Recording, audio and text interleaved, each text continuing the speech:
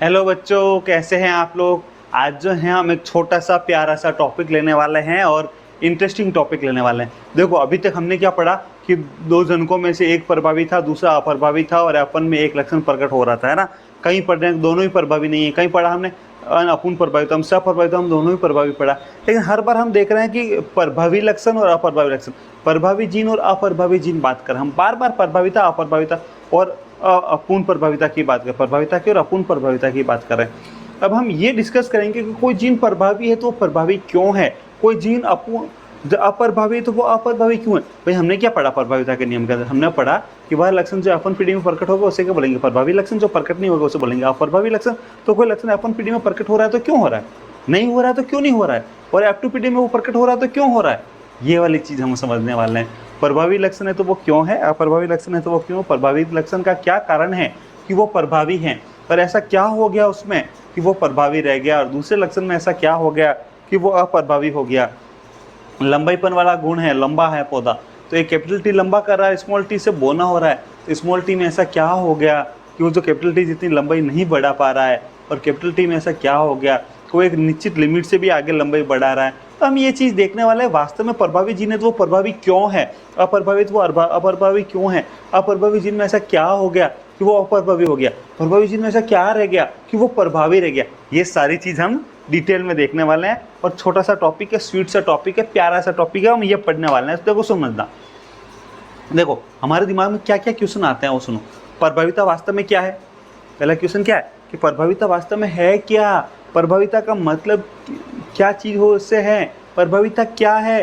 कुछ अलील प्रभावी और कुछ अप्रभावी होते हैं, क्यों, कैपिटल टी प्रभावी, स्मॉल टी अप्रभावी, क्यों, वाई, है ना। तो क्वेश्चन आ रहा ना, तो ये क्वेश्चन है। तो इन बातों को समझने के लिए आवश्यक हो जाता है कि हमें जीन का कार्य समझा जाए। किसकी बात करें, जीन। देखो सुनना, आप जानते हैं कि जीन एक विशेषक को अभिव्यक्त करने की सूचना नीति होती है। समझना, आपको मैं एक छोटी सी चीज़ समझाता हूँ, आपको एक छोटी सी चीज़ समझाता हूँ आपको।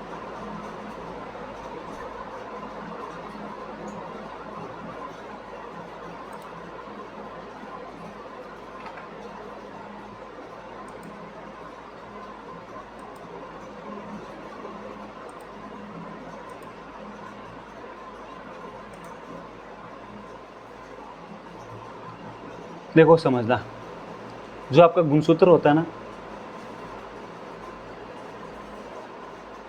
गुणसूत्र होता है, क्या होता है, अरे क्यों आ रहा है बीच में, सर आंदे चुके। गुणसूत्र वास्तव में क्या होता है, तो इस गुणसूत्र को हटाओ, एक बार हटाओ, वापस करते हैं।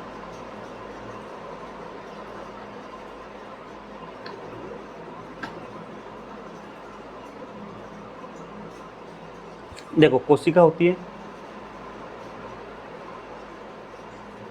कोशिका होती है, कोशिका में होता है केंद्रक। समझना आप, केंद्रक अंग्रेजी में बोलते हैं न्यूक्लियस, हिंदी में बोलते हैं केंद्रक। केंद्रक में होता है क्रोमेटिन जालिका, क्रोमेटिन जालिका में होते हैं गुणसूत्र, क्या होते हैं, गुणसूत्र। और जो गुणसूत्र होता है ना, उस गुणसूत्र पर होते हैं जीन।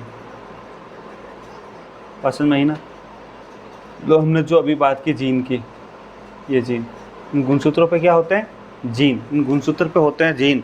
और इस जीन के अंदर ही होती है सूचना, क्या होती है, इंफॉर्मेशन, सूचना। इस जीन के अंदर ही क्या होती है, इंफॉर्मेशन होती है, सूचना होती है कि क्या आपको काम करना है और क्या नहीं करना है।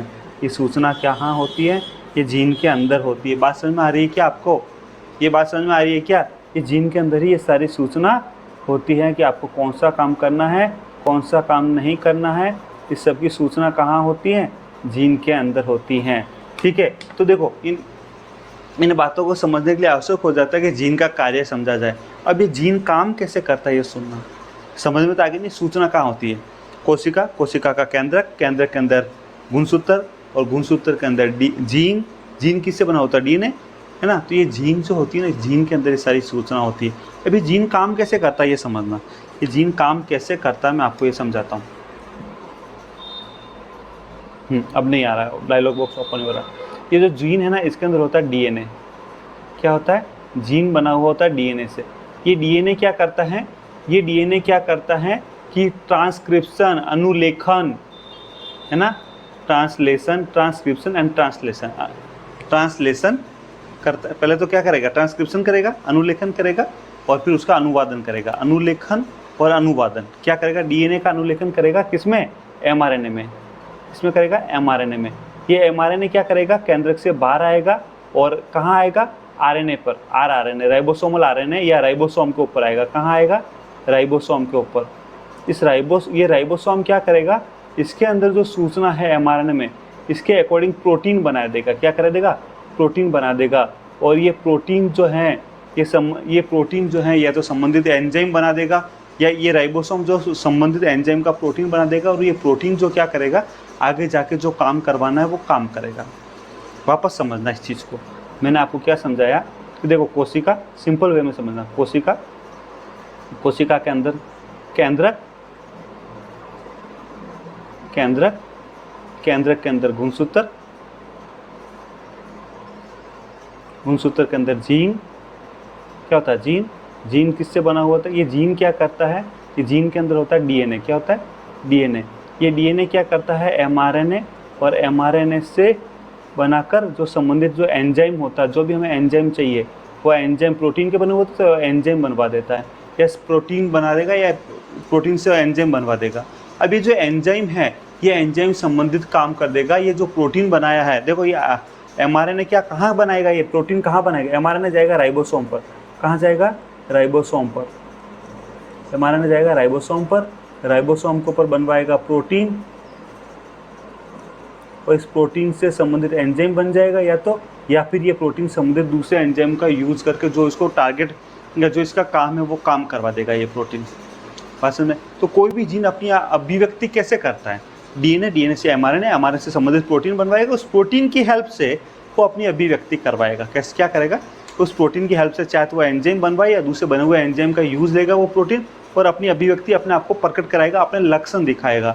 अगर लंबाई वाला जीन है तो लंबाई वाला जीन क्या करेगा, एमआरएनए से में इंफॉर्मेशन, जिससे राइबोसोम से प्रोटीन बनेगा और वो प्रोटीन उस पौधे को लंबा करेगा, है ना। अगर बैंगनी कलर है तो बैंगनी कलर के लिए जो जिम्मेदार प्रोटीन है उसकी सूचना कहाँ होगी, जीन में, डीएनए से एमआरएनए से वो प्रोटीन बनेगा जो बैंगनी कलर के लिए जिम्मेदार है, और वो पुष्प का कलर कैसा हो जाएगा, बैंगनी हो जाएगा। बात समझ में आ रही है क्या आप लोगों को, पुष्प का कलर हो जाएगा बैंगनी। अब होता क्या है कि ये तो नॉर्मल जीन के अंदर ये काम होता है। क्या होता है, नॉर्मल जीन के अंदर ये काम होता है। अब कई बार क्या होता है कि कुछ उत्परिवर्तन हो जाओ, उत्परिवर्तन से या किसी भी कारणवश ये जो जीन है ना, ये जीन ये अपना काम नहीं कर पाता, ये यहीं अपना काम रोक देता है। क्या कर देता है, जीन अपना काम नहीं कर पाता, इसमें उत्परिवर्तन हो जाता है, या जो ये डीएनए है ना, इस डीएनए की सूचना में चेंजेज आ जाता है, और जो ये प्रोटीन बनना था ये प्रोटीन नहीं बन पाता, या ये एंजाइम बनना ये एंजाइम नहीं बन पाता, या एंजाइम ऐसा बना, विकृत एंजाइम बन गया जो अपना काम ही नहीं कर पाता, वो अपना काम भी नहीं कर पाएगा। मतलब अब इस जीन का काम नहीं हो रहा है, जीन के अंदर कुछ न कुछ ऐसी प्रॉब्लम हो गई जिससे इस जीन का काम नहीं हो रहा है। अब जीन का काम नहीं हो रहा तो जो जीन के द्वारा जो काम होना था, तो ये लंबाई का जीन था, तो जीन के लिए जो काम होना था वो काम हुआ ही नहीं, तो पौधा लंबा नहीं होगा। जो लंबाई के लिए जिम्मेदार प्रोटीन था वो प्रोटीन बना ही नहीं, तो पौधे की लंबाई कैसे बढ़ जाएगी। जो बैंगनी कलर, पुष्प का बैंगनी कलर करने के लिए जिम्मेदार जो प्रोटीन था, वो प्रोटीन बनाने वाला जीन ने वो प्रोटीन ही नहीं बन पाया, तो पुष्प बैंगनी कैसे बन जाएगा भाई, उस जीन में प्रॉब्लम आ गई। तो जो पुष्प का कलर बैंगनी करवा रहा है वो प्रोटीन बना ही नहीं, और जब वो प्रोटीन ही नहीं बना तो उस पुष्प का कलर बैंगनी होगा कैसे।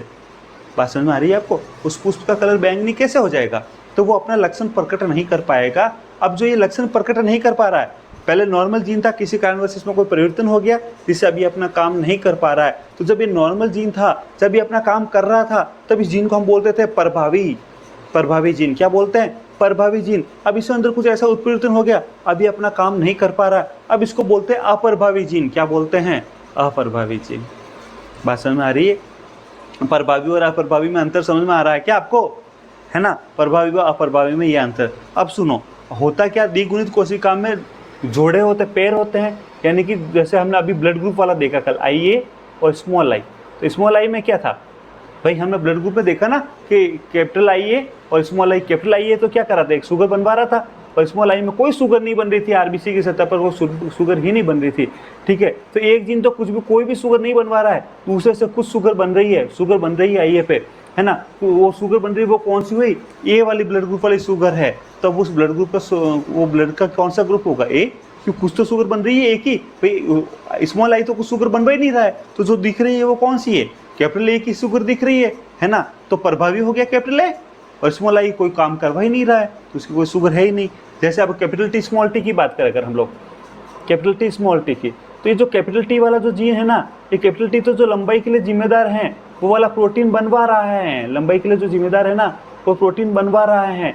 लेकिन जो स्मॉल टी है ना, इससे कोई भी प्रोटीन नहीं बन रहा है, कोई प्रोटीन बन ही नहीं रहा है। जब प्रोटीन ही नहीं बन रहा है तो अगर कैपिटल टी एक भी साथ में है तो पौधे की लंबाई बढ़ जाएगी, और दोनों कैपिटल टी साथ में तब तो लंबाई बढ़नी है ही है, अकेला कैपिटल टी तो भी लंबे हो जाएंगे। तो प्रभावी लक्षण हो गया कौन सा, कैपिटल टी, कि वो कुछ तो काम कर रहा है। जो अप्रभावी लक्षण वो तो वैसे ही कुछ भी काम नहीं कर रहा है। जब तक दोनों ही कुछ भी काम करने वाले लक्षण साथ में नहीं आएंगे तब तक कुछ नहीं होना। जैसे बैंगनी वाला कलर वाला हमने देखा, बैंगनी कलर का है ना, कैपिटल डब्ल्यू, तब तक दोनों कैपिटल डब्ल्यू पुष्प बैंगनी है। अब एक कैपिटल डब्ल्यू दूसरा स्मॉल डब्ल्यू है, तो एक अकेला कैपिटल डब्ल्यू तो काम कर रहा है ना, बैंगनी वाला प्रोटीन बना रहा है, तब भी पुष्प का कलर बैंगनी है। अब अगर यहाँ पर ये दोनों ही स्मॉल डब्ल्यू आ गया, मतलब बैंगनी कलर वाला प्रोटीन बन ही नहीं रहा है, तो पौधे का कलर हो गया सफेद, है ना। तो मतलब दोनों ही जीन काम नहीं कर रहे हैं, तब जो पौधे का कलर होना वही होगा। जब दोनों ही जीन काम नहीं कर रहे हैं, तो जब तक अप्रभावी लक्षण वाले दो जीन समयुग्मजीय अवस्था में नहीं आ जाता तब तक अपना प्रभाव शो नहीं करते, क्योंकि उसके साथ अगर एक भी विषम युग्मजीय प्रभाव, मतलब एक भी प्रभावी लक्षण वाला जीन है, एक भी काम करने वाला जीन है, तो वो अपना प्रभाव शो कर देगा। अब दोनों ही अप्रभावी जीन साथ है, दोनों ही काम नहीं कर रहे, तो जो लक्षण प्रकट होना है वो अप्रभावी लक्षण प्रकट हो जाएगा। बोलो आया क्या समझ में, अरे आया क्या समझ में। अब इसको नोट्स के फॉर्म में कैसे लिखना वो लिखा है, देखो समझाने वाली चीज़ मैंने आपको पूरी समझा दी, प्रभाविता की संकल्पना यही है, ये मैंने पूरी समझा दी। अब लिखना कैसे है वो समझाना अलग चीज़ है, लिखना कैसे है वो समझाना, ये बाकी जो मैंने समझाई बस यही चीज़ है प्रभाविता की संकल्पना, है ना। समझने वाली चीज़ तो मैंने समझा दी आपको। अरे हाँ, जो ज़रूरतमंद बच्चे हैं, जो आपके क्लासमेट्स हैं, उन बच्चों के साथ शेयर कर दो वीडियो को, है ना, ताकि आपका ग्रुप बन जाए, पढ़ने में एक मज़ा है। और ऐसे बच्चे जिन बेचारों पूरी साल बिना टीचर के पढ़ रहे हैं, ग्रामीण बच्चे हैं, जो गांव की स्कूलों के बच्चे हैं, सरकारी स्कूल के बच्चे हैं जहाँ पे टीचर नहीं है बायो का पूरे साल तक, और वो बच्चे जो है ना सेल्फ स्टडी करते हैं, उन बच्चों तक अगर आप किस माध्यम से मेरा ये वीडियो, देखो मैं एक पवित्र उद्देश्य के साथ चल रहा हूँ कि कंप्लीट कोर्स फ्री यूट्यूब पे हमेशा के लिए आपको अवेलेबल रहता है, कि जो भी ज़रूरतमंद बच्चे हैं वो इसको देख के पढ़ सके, है ना। जिसको कोचिंग चाहिए फ्री वो यहाँ से ले सके, है ना। हमारे भारत में गरीब से गरीब तबके तक का बच्चा अगर विज्ञान लेता है तो बायो आसानी से पढ़ सके, इस उद्देश्य के साथ चल रहा हूँ। लेकिन जंगल में मोर नाचा किसने देखा, जब तक आप लोग इस वीडियो को ऐसे बच्चों तक, देखो मेरी एक सीमा है बच्चों तक पहुँचाने की, लेकिन आपकी कोई सीमा नहीं है। आप मान लो एक बच्चा 5 बच्चों तक पहुंचाता है और वो 5 अगले 5 तक पहुंचाता है, तो ये चैन बहुत लंबी बन जाएगी और हर ज़रूरतमंद बंदे तक ये वीडियो पहुंच जाएगा, हर ज़रूरतमंद बच्चे तक उस वीडियो पहुंच जाएगा। और ऐसे बच्चे के माँ बाप की, बच्चे के परिवार की आपको दुआ लगेगी, और उसकी दुआ से आपके भगवान की दया से आपके बहुत अच्छे परसेंट बनेंगे। और मेरा आशीर्वाद है अगर आप ऐसा कर रहे हो तो आपके बहुत अच्छे परसेंट बने, है ना। और आपके क्लासमेट्स के साथ भी शेयर कर दो ताकि आपका एक ग्रुप बन जाए पढ़ने वालों का। तो लाइव चैट में जो भी आपके क्वेश्चन आप मुझसे पूछोगे तो मैं उसका, जब हमारा वीडियो आता है उस समय लाइव चैट में मैं भी ऑनलाइन रहता हूँ, तो उस समय आप जो भी क्वेश्चन पूछे उस समय मैं उसका आंसर दे दूँ। और नहीं दे पाऊँ तो जूम पे अपनी क्लास में जो आपका क्वेश्चन आंसर सेशन चलता है उस सेशन के अंदर जो है आप लोगों को मैं अपने साथ आपके जो क्वेश्चन है उसको एक्सप्लेन करके विस्तार पूर्वक समझा सकूँ। ठीक है, तो चलो इसके नोट्स देखते हैं, इसके नोट्स क्या हैं वो देखते हैं। एक बार इसको पहले पूरा साफ कर देते हैं,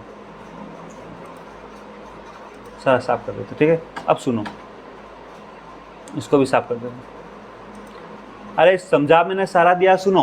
क्वेश्चन तो समझ में आ गया, प्रभाविता वास्तव में क्या, आप समझ में आ गई हमें प्रभाविता क्या है। प्रभाविता मतलब जो प्रोटीन बन रहा है वो अपना इफेक्ट शो कर रहा है, और अप्रभावी मतलब उसमें कोई प्रोटीन नहीं बन रहा है। तो ये चीज़ समझ में, अलील प्रभावी क्यों, कि वो प्रोटीन बना रहे हैं, अप्रभावी क्यों, वो कोई काम नहीं कर रहे हैं, है ना। इन बातों को समझ, जीन का कार्य में समझ में आ गया। जीन क्या करा, जीन में डीएनए होता है, डीएनए से एमआरएनए, एमआरएनए से राइबोसोम पर जाकर प्रोटीन और प्रोटीन संबंधित काम करा देता है। तो ये भी हमें समझ में आ गया।